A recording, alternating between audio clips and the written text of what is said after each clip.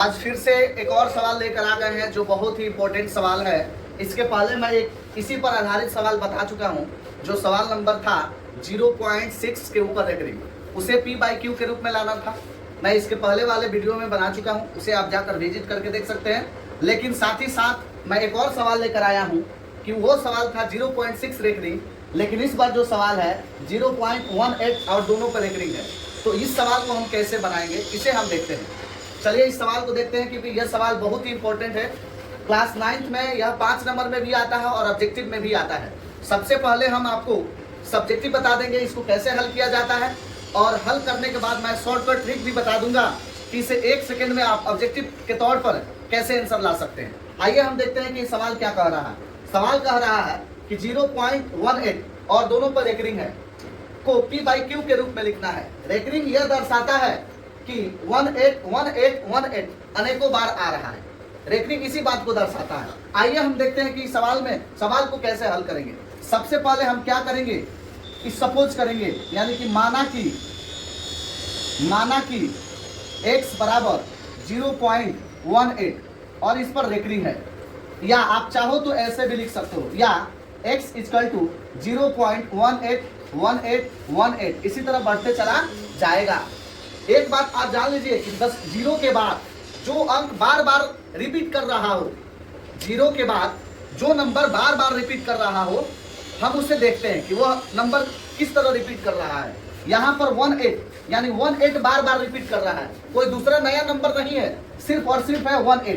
तो जो 18 है, तो बताइए दशमलव के बाद कौन अंक आ रहा है? 2 अंक आ रहा है। तो नियम कहता है कि दोनों तरफ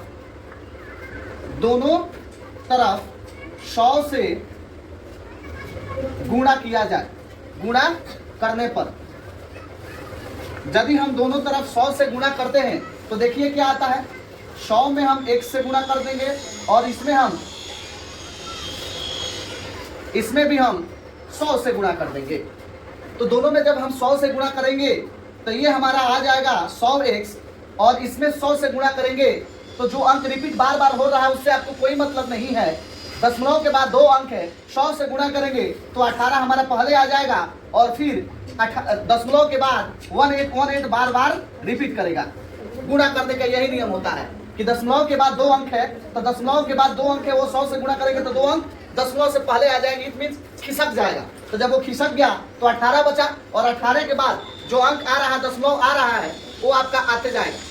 आगे देखिए हम क्या कर रहे हैं। इसको आप जानते हैं कि 100x उसी तरह रहेगा, और 18 प्लस हम इसलिए दे रहे हैं कि इसको चाहो तो आप ऐसे भी लिख सकते हो, क्योंकि फिर तुम ऐड करोगे तो इसमें कोई फर्क नहीं पड़ेगा। और मैंने ऐसे इसलिए किया क्योंकि इसका मान हमारा यहाँ पर दिया हुआ है, इसका जो मान है हमारा यहाँ पर दिया हुआ है, इसलिए मैं इस चीज को इस प्रकार से किया। आइए देखते हैं आगे क्या हो रहा। यहाँ पर हम 100x कर लेंगे और यहाँ 18 का 18 रहेगा, और इतना का मान मैंने x माना है तो x यहाँ पे ले लेंगे। आइए फिर आगे देखते हैं क्या हो रहा है। 100x कर लेंगे, ये x इधर माइनस में आ जाएगा और यहाँ 18 हो जाएगा। अब यहाँ पर हो जाएगा आपका 99x, और यहाँ हो जाएगा 18। अब यहाँ जब हम x का वैल्यू निकालेंगे तो 18/99 आ जाएगा। 2 9 जा 18, 11 9 जा 99, वह P/Q के रूप में है। तो वही कह रहा था, क्या आप इसे P/Q के रूप में लिख सकते हैं?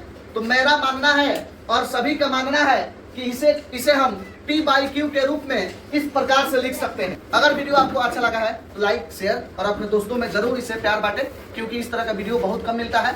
और मैं आपका शुक्रगुजार रहूंगा क्योंकि हमारा वीडियो आपने अंत तक देखा है, और अंत तक देखा है यदि तो पसंद तो आया ही होगा। इसे लाइक करके जाए, कमेंट करके जाए और खूब ढेर सारा प्यार देकर जाए। धन्यवाद।